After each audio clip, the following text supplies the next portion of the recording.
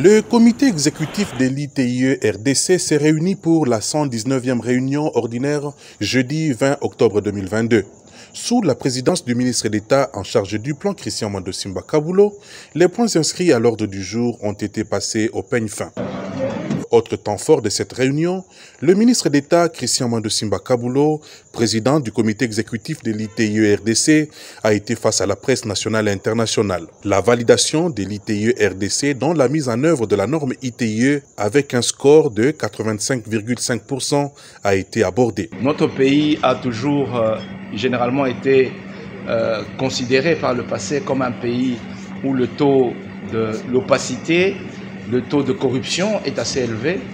Ce bon score va nous permettre de consolider notre position, notamment avec les institutions financières internationales, qui se basent aussi sur notre manière de faire, notamment dans la publication des rapports et de tout ce que nous avons comme accord avec les partenaires. Nous avons tenu par cette occasion à féliciter le président de la République qui est à la charge pour cette option d'être un pays transparent et de lutter contre la corruption et les mauvaises pratiques.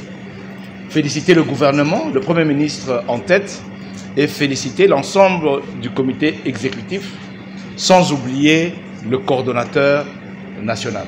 Cette validation de la RDC à la norme ITIE fait d'elle un pays crédible. Le fait que nous ayons un score élevé montre que les gens peuvent venir investir sans avoir peur d'être indexés pour blanchiment de capitaux notamment. Nous rassurons même les gens qui peuvent les financer qu'un certain nombre de contrôles est fait pour qu'ils payent ce qu'ils déclarent et qu'ils publient tout ce qu'ils doivent publier et qu'il n'y a rien à cacher. Avec le concours de toutes les parties prenantes, membres du comité exécutif de l'ITIE RDC, dont la société civile ainsi que le secteur privé, Christian Mando Simba Kabulo, ministre d'État et ministre du Plan, a démontré l'engagement du gouvernement à mieux faire pour plus de transparence dans les secteurs extractifs en République démocratique du Congo.